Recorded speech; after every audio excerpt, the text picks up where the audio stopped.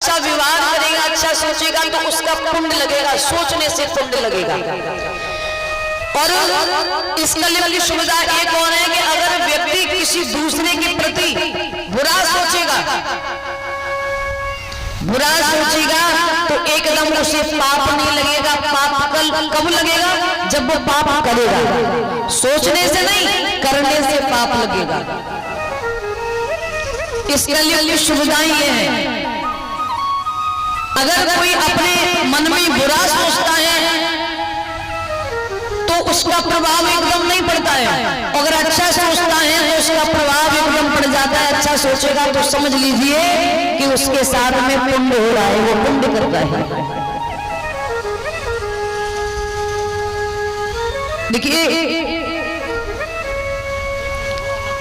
कर्म करने से, इन हाथों से पाप करने से, अधर्म करने से वो पाप होता है, वो तो होता ही है, पर लेकिन हमारी वाणी द्वारा भी पाप हो जाते हैं। हमें लगता नहीं कि पाप हो रहा है, वो कैसे हो जाता है?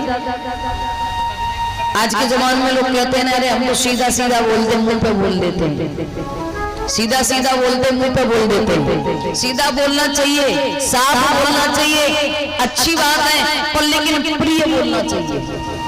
अगर आपने किसी के मुंह पे सीधा भी बोला, पर लेकिन आपने कटु वचन कहे जो किसी के हृदय में जाकर लगे, दिल पे ठेस जाके पहुंची, तो समझ लो कि आपकी वाणी द्वारा भी पाप हो रहा है।